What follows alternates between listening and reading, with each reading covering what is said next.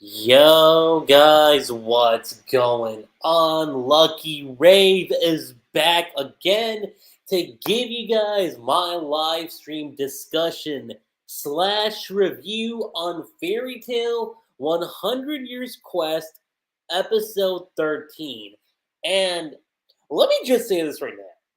We need to talk about some major announcements for 100 Years Quest because for those of you that don't know, the episode that's going to be coming out tomorrow is going to be a recap episode, which means a lot of it's going to be like just like retracing a lot of ground we've already covered with them, like say from episode 1 all the way up to this recent episode, right? But the thing I want to address here with that is that because of that, I'm probably not going to do a discussion for the episode that's going to drop. And in fact, the episode that's going to come out after that has a new time slot change. I don't know how many of you guys have actually known about that, but after the recap episode, which comes out tomorrow, Fairy Tale 100 Years Quest, like the time slot's moving. So we're no longer going to be having the episodes coming out on Sundays. They'll be coming out on Fridays instead. And for those of you that know me on, that are new to the channel, y'all know the drill. When it comes to, work, like ever since August hit, it's been kind of tough for me to do a lot of these live stream discussions, like say the next day after the episode drops, because that's been primarily my goal. Is watch the episode Sunday, give my thoughts on it, and then when Monday hits, I do a stream on it because it allows me to, let my thoughts simmer for at least a good 24 hours, and then, when the time comes, boom, we do a stream. Like that's how the gist goes. So learning about 100 Years Quest, moving from Sunday to Friday, I think is a really smart move. Honestly, it's a really smart move because think about it like this. You go into 100 Years Quest, okay? On Fridays, that's going to be the thing now. When the next episode comes out Friday, not the recap episode that's dropping tomorrow, but like after the recap episode, the episodes will now be dropping on Fridays. And I say that's a good thing because think about it like this. You deal with work, you deal with school, right? Like your every average day person. They go through work Monday through Friday. And then the weekends is like a chill time, like a way to like relax, right? Like that's why a lot of my stuff since I started working again, I've been mainly doing them on the weekends because that's when I'm most free, right? And given that, I'm thinking, okay, for me personally, that works out for me because, as soon as I come back from work, I'm gonna watch the new episode and then get my quick thoughts on it. Then the next day, which will be Saturday, do my live stream discussions. It'll be just like how it was back in the summer. Watch the episode the day it comes out, do the live stream discussion for the day after. It'll be just like things never changed, And that's not going to be until, I want to say, October 18th. So, not this week. It's going to be starting the following week. So, instead of it being on the 13th, it'll be 18th. So, which I'm going to assume this is going to be like core 2 of season 1. So, core 2, all of it's going to be premiering on Fridays, which, again, for me, I'm personally okay with. And it, again, makes it a lot easier to transition over into the weekends, obviously. But that aside, oh my god. Episode 13. Now, there's a lot from this episode that I actually never got a chance to talk about when it came to the manga. Because for those of you that don't know, back when I used to do live reactions to the Fairy Tale 100 Years Quest manga, I'm not talking about live stream discussions. I mean like just actual like reacting to the chapter. There was a point in time where I read where I was doing the live stream, the live stream reactions to. Okay, let me put it like this: when I was doing the live reactions to a Hunter's Quest, actually went up to the part when Toga hugged Natsu, and like that was it. Like I didn't tackle Hunter's Quest for like a long time. Like it had been like a super long time. Really, like it wasn't until like I started doing the Hunter's Quest podcast with my good buddy Blue Star, and then I had to do a little bit of a catch up again when it came to the Gold Owl arc, right? So I knew from then on, I'm like thinking, okay, if I'm gonna do these streams, if I want to be consistent with them, gotta start them now, right? So I was able to give like my brief thoughts on some of those talking points in the podcast, but now that I'm actually getting a chance to delve into it right here, I think it says a lot for me, and it's like a second chance for me of like, okay, I wasn't able to tackle the stuff like or in this case, like bi-weekly, okay, like as each chapter was coming out. So this is actually able to help me out in more ways than one. But let's dive into episode 13, okay? Which, as far as content goes, I will say this: we covered chapters 43, 44, 45, and like 3/4 of chapter 46. Like, we covered a lot of that, so just something to keep in mind. But diving right in, we continue off with Lucy just contemplating, like she's just thinking. And Juvie says, Gray-sama. Gray says, we can't just sit around. We just can't sit around here forever. At least I can't. We have to go get Mira-chan and Elfman. And Kana says, but they don't like us either, do they? It sounds to me like it's going to be a real headache. And Juvia points out, like, yeah, she's right about that. And Gray, being super annoyed, goes like, nah, because first we take out the Ash guy and the armor guy. And Lucy's just like, without Mira and Elfman getting in the way, how exactly are we going to do that? And Gray says, well, first we freeze everyone. And Kana points out, will that even work on Mira, let alone the Ash guy? And Gray is like, just like, I can't find an answer to this. Like, I'm honestly kind of annoyed. And Juvia says, let's take a step back and think about this. The Devil and Beast siblings are in a huge fight against the Ash and Armor Dragon Slayers. And this is Lucy talking now. Lucy, I've been saying this for weeks, really showcasing why she is the modern day fairy tactician, and I love it. But how do we take out Diablos and get our hands on the others? And Kana says, hey, why are we even thinking about this? I think the outcome is obvious. Mira wins. I mean, this is the demon Mira Jane we're talking about here, right? And Jude's like, you're right. She would never lose. And Gray's like, I admit, I see the logic. And Kana's super excited, like, yeah, let's trust in Mira's strength. And Lucy is like, just like, don't forget about Elfman, okay? But she goes back on saying, but we're on the right track. If Mira can just win the battle, we'll take care of the rest somehow, won't we? And Kana says, I think the most important thing is to come up with some strategy to deal with the White Mage. And Julia points out, she sucked the magic out of everyone in the guild before we could blink. And Kana's like, and that's not all, I think. Oh my god!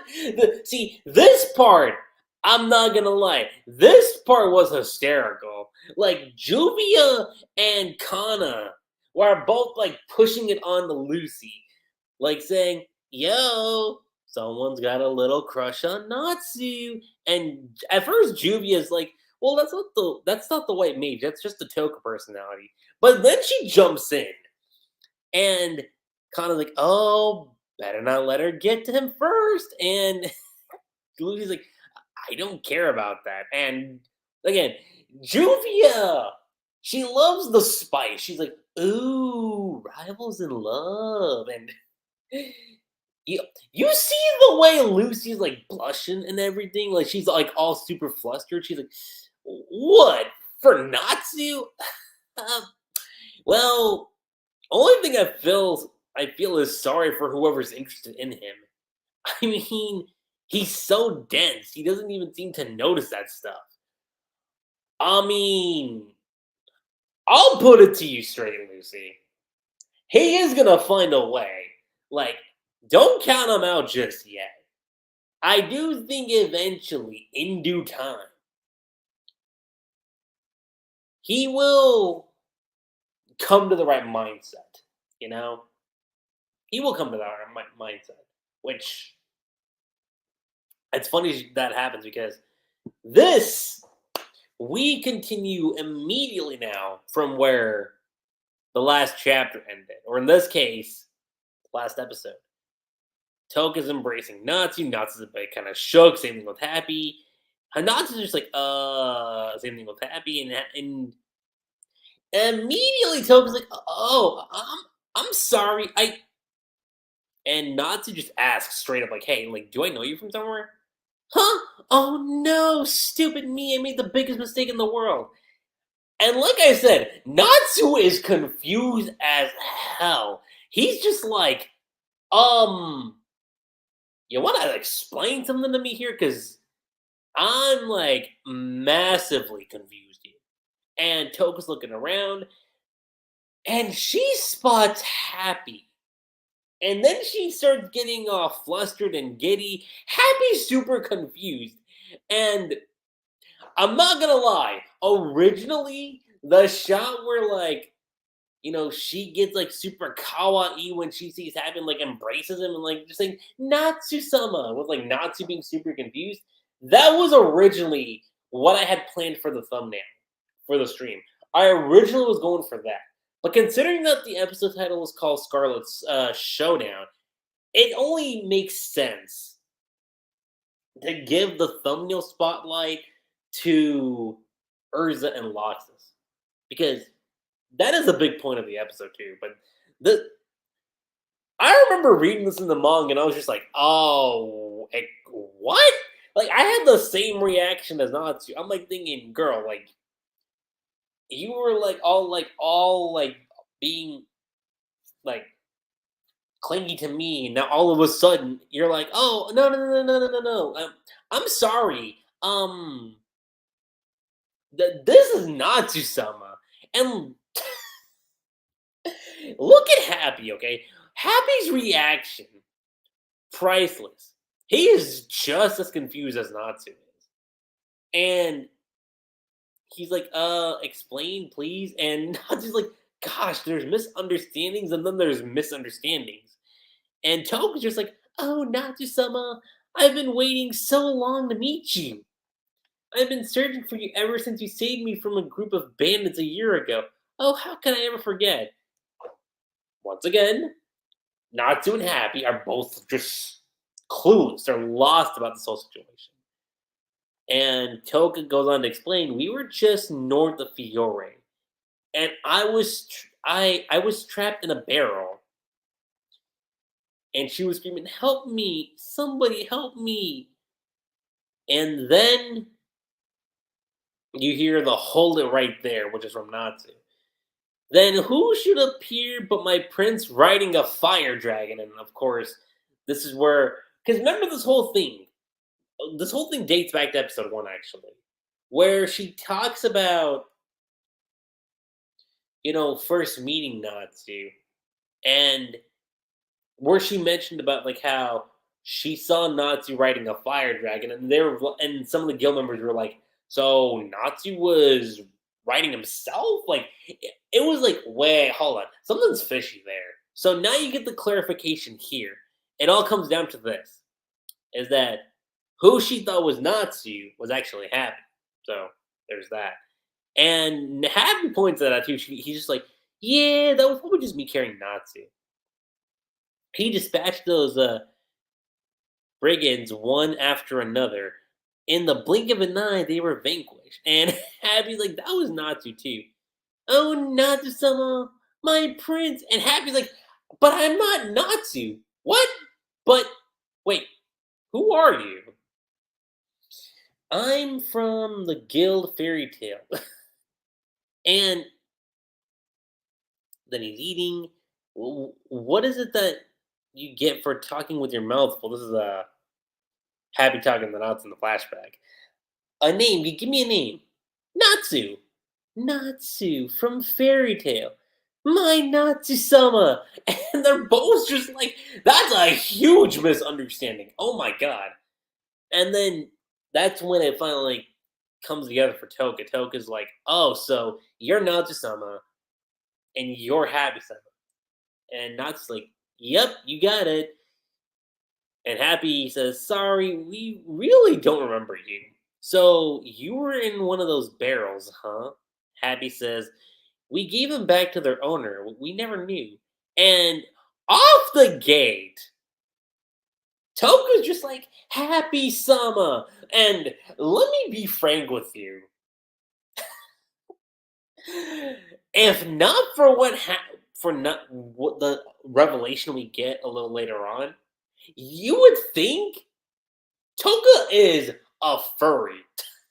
You would think, okay, this chick is a furry through and through. She's like, I don't care. He's mine. I want to marry him. I want to have his kids. You would think that it's like, well, okay then. I mean, certainly there have been weirder things in Fairy Tale, but if it was just this, I would have been like, I wonder how that's gonna turn out. But given that, Touka just bows and just says, I can't apologize enough to mistake the name of my beloved. It's unforgivable. It's the second biggest mistake I've ever made in my life.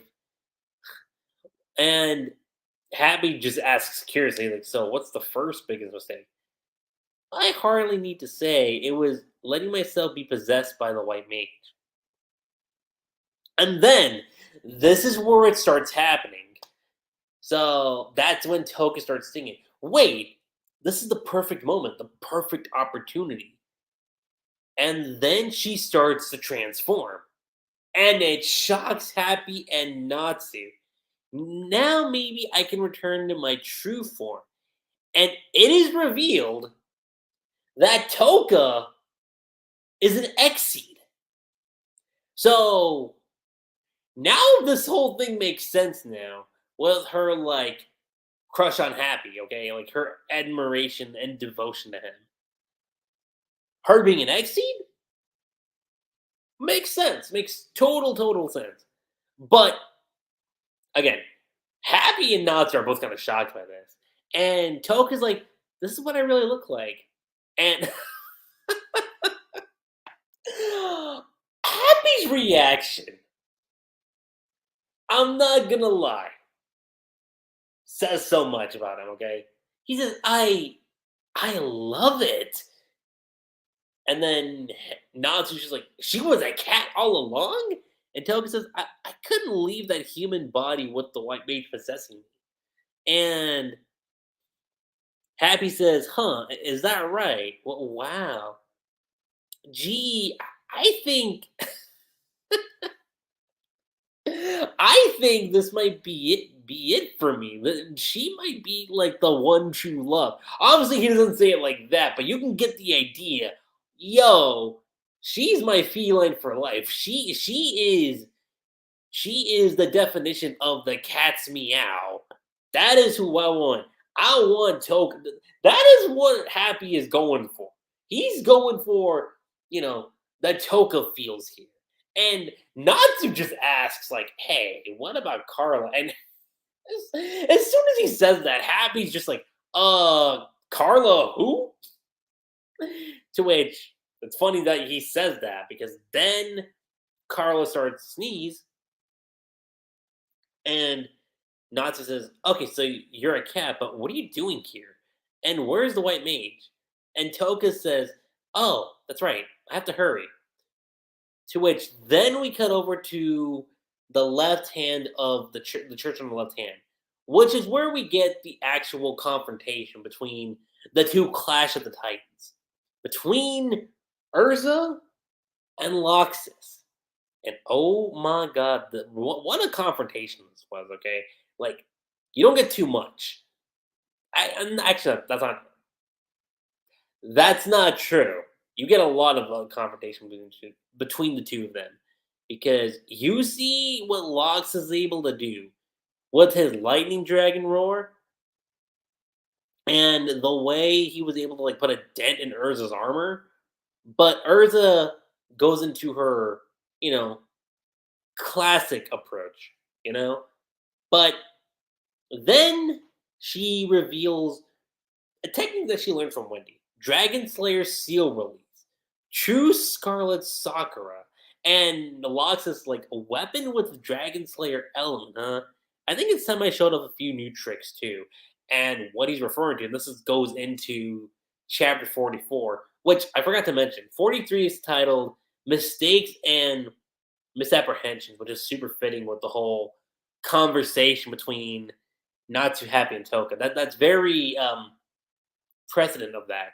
But chapter 44 is titled Scarlet Showdown, which is the episode title, right? And here, Erza just asks, like, new tricks. Yeah, now I know I can't pull any punches if I want to take you down. And the Laxus, oh my god. Going into his red lightning dragon mode. Like the mode he used against, oh my god, who was it? It was he all I know is he displayed it during the Alvarez arc. Who was the guy that Nineheart, yeah, there we go. When he used it against Nineheart, that, oh my god, like that really spoke so much. And Urza's like red lightning happened to pick this up when I was fighting with Alvarez. Yeah, he mentions right here. And now it's mine. And oh my god, the confrontation these two have. Amazing. Okay. As far as fight sequences goes, I mean, look, the meme with Erza is always, yo, like there's always some kind of bullshit that Erza pulls. There's always something. And let me say it like this. Post time skip, for sure. Like after Tenro Island, that argument could be made, for sure. Okay? But 100 Years Quest, I will say, has done so much for Urza. Like they've both Hero and Ueda have really like scaled back on like Urza's like fighting capabilities, and I do like that. I think that's a really really good approach because it still showcases that yes, Urza is a badass, but not to a point where it's like, yo, that is so over the top, you know. But this is cool. This is like really really good because Urza notices an opening. She does what she can. But even then, Lox says, no, no, no, no, no. Just because you think you have me, think again. And Erza just thinks to herself, like, wow, this magic is unbelievable. And both of them are, like, not giving up, okay? Plus the animation, too. Like, the way everything played out. I mean, what more could you ask for? Really? Like, what more could you ask for here? And she's just thinking to herself, like, so strong. But is this all you got, Laxus? And then, again, Laxus is still not giving up, doing what he's able to do. Kira takes note of this, okay? She sees the inflicted wounds that's being dealt with both to Erza and the Laxus just from their encounter. And Kira just thinks, like, they're from the same guild. Must be a rough place.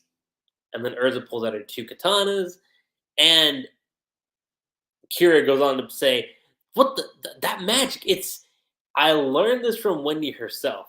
High enchantment. The fire dragon flames meet the ice demons chill.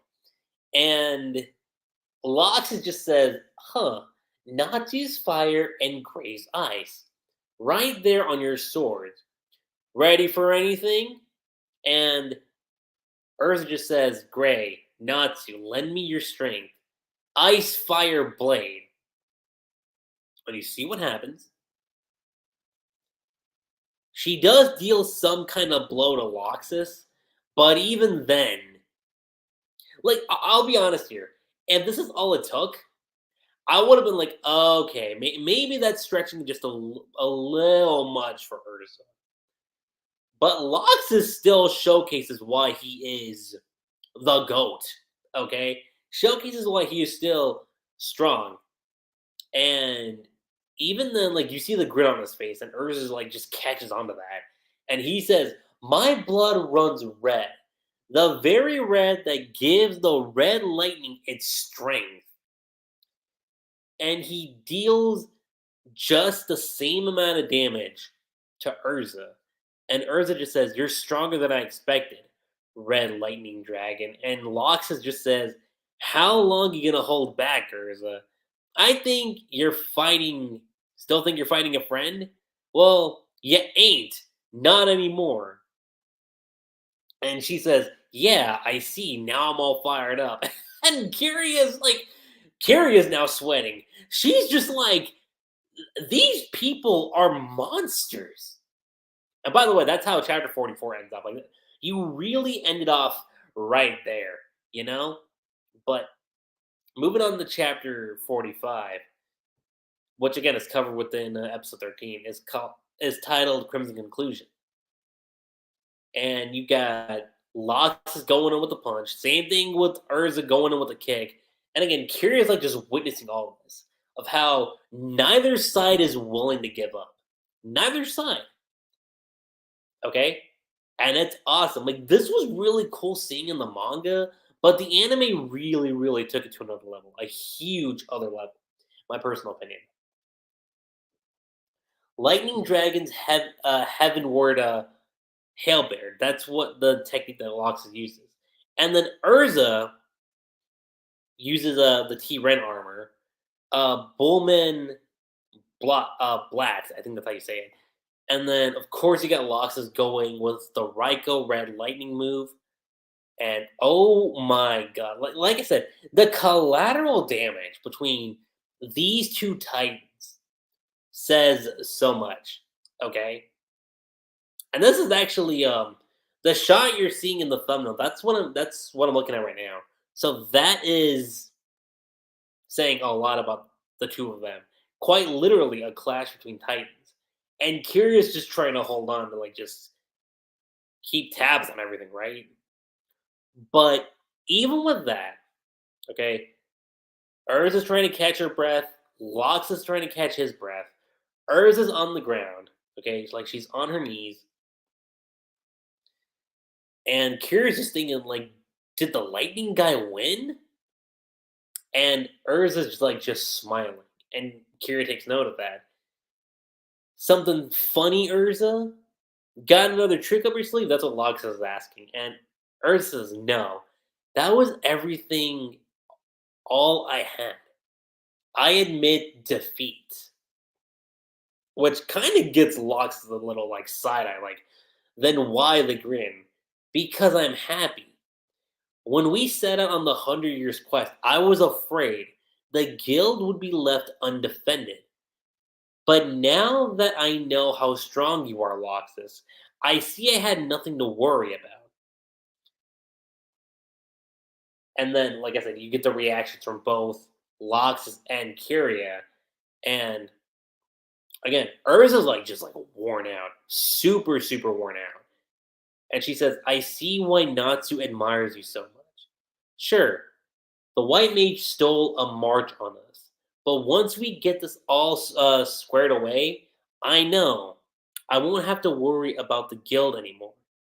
That's why I'm smiling, because that strength of yours, it's such a relief. But next time, I'm going to win. I swear it. So, when you look at it from this aspect, you can definitely say Lox has got the dub. You can say that for sure. But then he starts saying, thought that was supposed to be my line. I'm plump out of magic now. And he just passes out just shortly after her. Like immediately. So, while in a technical sense, yes, you can definitely say Laxus won the battle for sure. But you can also see how they were both kind of pushed to their limits, right? And they're both knocked out. So, by that standpoint, it's a draw. And it's, again, a great fight that happened. And Kira is just like, oh, what luck! The monsters have wiped each other out. Fortune smiles on me. First, I'll eat the lightning dragon. But then she looks over and says, no, wait, hold on. I got more important business to attend to. It's the orb. It has to go. And she grabs the orb and, shatters it to pieces, which causes the rumbling. No, not that rumbling. Still a great song, but you see what happens, and the citizens are like, what's going on? The wood dragon god seems unusually restless today. Does it have something to do with those wizards who have been fighting it in town? I wonder if we should run away. It is a little more worrisome. And Wendy takes notice of this too.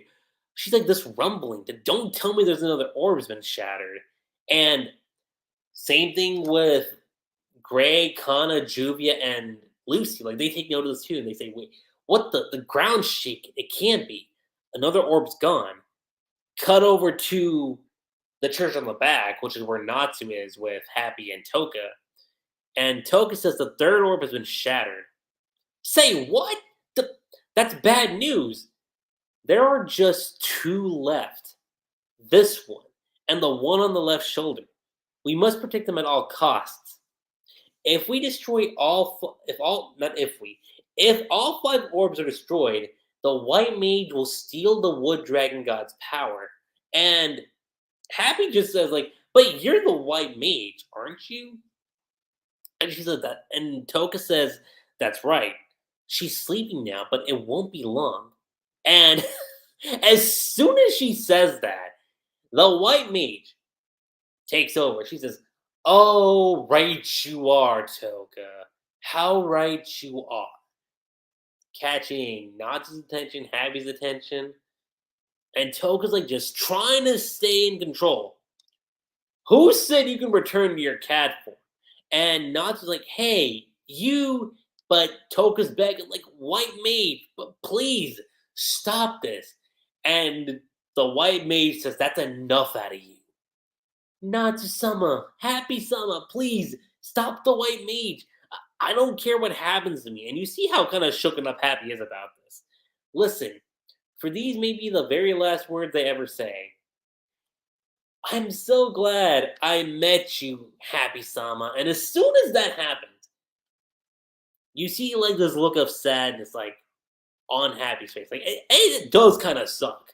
Because you would kind of think, yo, oh my god, like you have a confession for Happy from another. Like, again, it may not be Carla, but Happy for the very first time in his life got a confession from a girl, and that is saying so much, right? But he screams Touka, and this is when the white mage shows herself. She says, "My, she's a tough nut to crack, isn't she?" Now, Natsu-sama, let's try this again, shall we? I think it's about time you gave up and let me have you. And funny enough, that's actually where you cliffhanger for chapter 45. And actually, looking at it like that, that's actually where you end off volume 5, actually. And like I said, you do cover chapter 46, but you only cover up until like, I want to say like page 12, I think. Let me see. So yeah, because what you get from here is the white mage looking down, or like looking towards Natsu. Natsu's being super serious. And she says, your timing can be better, Natsu-sama. See that orb over there? I'm going to have you destroy it. And oh my god. When she uses the whiteout, I'm not going to lie. Reading this in the manga at the time had me going like, oh god. Like, if we're going to have this to where we have Natsu switching sides under the white mage's influence. Oh my god, that's gonna like that same emotion I felt again when watching the anime. Just seeing it here, it said so much. Like even Natsu's like my power. Happy screaming Natsu, and Natsu just saying, I can't use my power. That's cheating. Fight me fair and square. And Touka just says, sadly for you, I'm not here for a fight. I seek to eliminate all outsized magics, be they wizard guild like yours or the five dragon gods. And Natsu just says, are you saying you reject all magic? And or not Touka, but the white mage goes on to say, not all magic is essential, but when it grows too powerful, it becomes corrupt.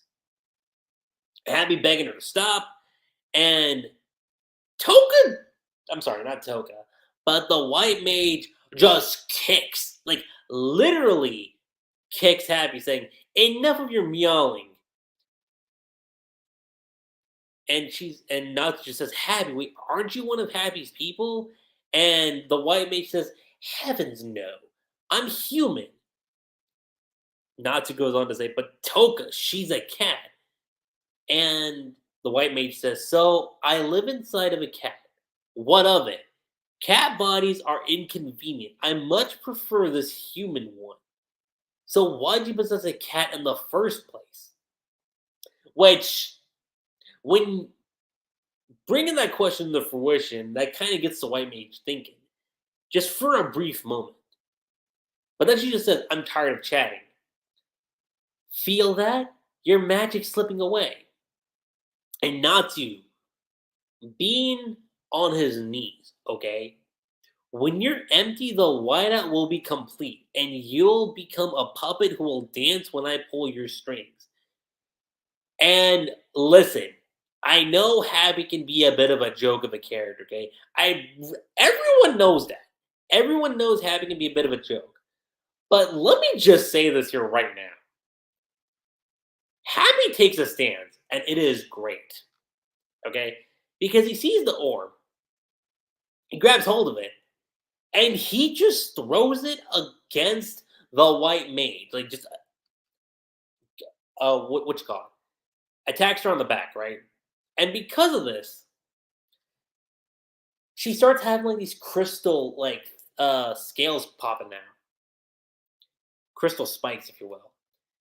And Happy's like, wow, that worked even better than I'd hoped. And he rushes over to Natsu and grabs him and says, time to get out of here. Well, what did you do, Happy? And you see the white mage going through some kind of like disfigured transformation through like the pink crystal that like popped up, right? And Happy just explains, I just flung the orb at her. Remember what the white mage said through Juvia. But my power will not suffice to shatter them. I will need all of you to lend me your strength. So if I'm to accomplish the orb's destruction. And Happy then goes on to say, so I thought maybe what she meant was she couldn't touch them. And Natsu in relief says, you're something else, Happy. And Happy says, well, I didn't expect it to hit her that hard, though. And Happy looks back over, thinking back to Touka's like words, and when she said like, "I'm so glad I met you, Happy Sama," and Happy's just thinking, Touka, wait for me, I'll save you, I swear. And you see the orb, like just imbuing some kind of like pink mist, and the white mage about to grab her hands on it. And she says, now you've done it. And like that is like where we end off the episode. We end off episode 13 with that. That final shot with Touka. I'm sorry, with the white mage almost having the orb in the palm of her hand, like as she's like, and like half her face like is like covered in crystals. Some of it's like covering her arms, her body even, right? And it kind of gets you thinking, like, what is happening? with Touka. Really, like, what is happening there? But again, that's where the episode ends, right? And honestly speaking, episode wise, as far as what we covered content wise, given the cliffhanger, I think it's a solid cliffhanger for the episode, okay? Because I did think, like, okay, so where would we actually cover? Not where would we cover, but like, what would be the actual endpoint of the episode if we had actually covered the rest of chapter 46, right? And it would have been a lot, actually, okay? Because, and I say that because what we get with the next episode is going to say so much for Wendy. I'm gonna just say it like that.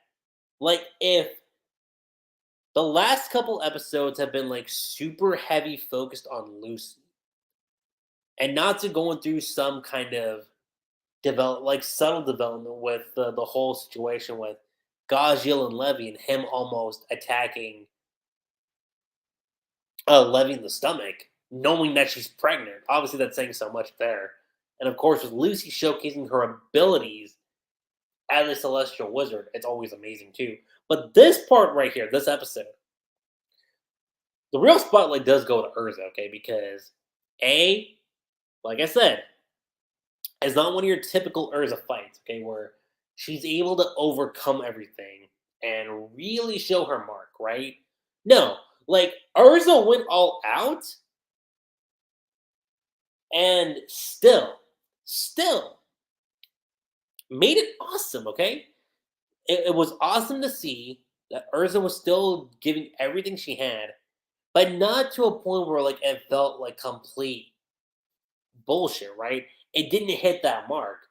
But at the same time, not only was it against a formidable opponent, but also just goes to show you that even Erza has her limits. And that to me spoke volumes, okay? And of course, the big revelation with Touka being an XC obviously opened up so much with, you know, the tail and just like, the whole misunderstandings between Natsu and Happy and why she kind of has her like affection for Happy too. Because you would think going into the episode and you see just her mistaking Natsu for Happy and her just like gushing over Happy all of a sudden, you would kind of think, well, okay, that's an interesting take. But her being an Exceed obviously says so much. And it says so much and it does explain a lot to you. But there's still one question. The one question that we still have to wonder is why the white mage is in the form that she's in. You know? That's something we still gotta wonder. And there is an answer to that. Okay? Being someone who's read the manga, there is an answer to that. And I'm not gonna reveal what it is for obvious reasons, okay? Because I do want you guys, the anime onlys, to be surprised about that. But I will say this. As a manga reader, this episode, my opinion, overall rating, I'm gonna go ahead and give it amazing plus. Amazing plus.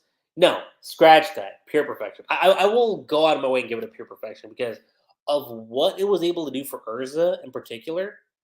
With, again, you didn't have this fight end with her like coming out on top, right? Like, well, and it's kind of like what I've been saying all stream. She went all out, but it wasn't like she lost either, you know? Like she gave it her all against one of the most strongest members in the guild and Laxus, right? But you kind of see where her skill sets are, you see where Laxus' skill sets are. And again, showcasing some, growth for her own character too. And I love seeing that. Like I said, the whole revelation with Touka was amazing. It was done brilliantly as well. So again, overall, And again, given with where this episode cliffhanger, I think especially that perfect cliffhanger, right? Perfect. So overall, pure perfection. Pure perfection episode. If I have to guess, I would say because we're now going to be getting the episodes on Fridays now, after the recap episode, right? That drops tomorrow. I'm going to assume we're going to get a new opening and a new ending song, which I'm super curious about. I really am super curious to think on what the ending and the opening songs are going to be. Because let me tell you this right now. We're 13 episodes in, right? I honestly thought when 100 Years Quest got announced that maybe, just maybe, we would be tackling up to volume 7, okay? And like I said, we already covered like almost like 3/4 of chapter 46. And that's just the start of volume 6. So, given, and especially with how much material we're covering, I think, honestly speaking, as a manga reader, I'm not going to spoil anything, but I think there's a chance. There's a huge chance. No, not a huge chance, but I think there's a good chance that 100 Years Quest could go up to like the first season, right? I think there's a really good chance that we could end this off with volume 10. I think there's a good chance. But it also really depends on the material, right? It depends on like how much content we cover for like the last like 12 episodes of the season. That's really going to be telling. I'm going to be super observant about that to see where each episode ends off from here on out. And I've been doing that like since the season started, right? And I love doing that. Also, Hone, I noticed your comments over there, and I'm sorry that you weren't able to be here for a while, but yeah, Red Light District Red. Love Erza, one of the best characters. Were they Buddhist or Christian? I'm not sure what you mean by that, but hopefully you are able to clarify that again at some point. Hopefully, but it was great to see you here. And yeah, Erza definitely as a character, she is one of the best characters, in my opinion, easily. Again, no character is perfect. Okay, every character has their flaws. Every character has their drawbacks, and this episode definitely showcased some drawbacks that Erza has, especially as a fighter, and I love it. And again, I don't have to say so much again about the Touka stuff, but that is obviously a big highlight too. And the fact that there's only 2 orbs left, the fact that we only have 2 orbs left is going to be really telling. It's going to be really, really telling. And I will say this right now. Episode 14, I'm really looking forward to episode 14, okay? Because we're about to get another big spotlight moment for another character. We're going to get something huge. And it's going to be awesome to witness. But for the time being, you guys, that is pretty much all I have to say when it comes to this live stream discussion / review for Fairy Tail 100 Quest episode 13. Let me know, guys, what your thoughts were on this episode. What's your favorite part about it? And once again, JC staff, they are cooking, okay? They are doing a phenomenal job with the anime. And I have faith that the last 2 episodes, they're going to handle it with just as much care and affection, just like they did with the first 13 episodes that we've gotten. And aside from that, you guys, that's pretty much it. I'm LuckyRave. Don't forget to subscribe to my channel for more Fairy Tail content, Hero Mashima content, and I will catch you guys on the flip side. Laters.